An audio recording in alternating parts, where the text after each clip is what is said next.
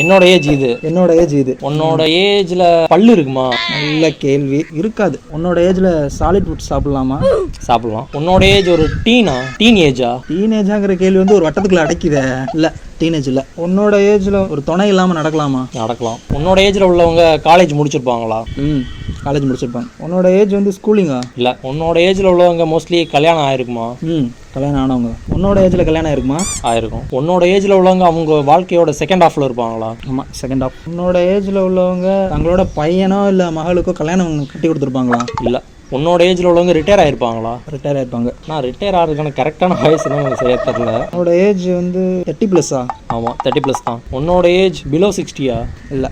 உன்னோட age 35? Higher. உன்னோட age 62? Higher. உன்னோட ஏஜ் 45? லோயர். 67? ஹையர். உன்னோட ஏஜ் 37? லோயர். அவ்வளோ என்ன போகிறான். அவ்வளோதான். அடுத்த ரவுண்டில் நான் வேணும். இல்லை 70? ஹையர். அவ்வளோ. 36 உன்னோட ஏஜ். கரெக்ட்.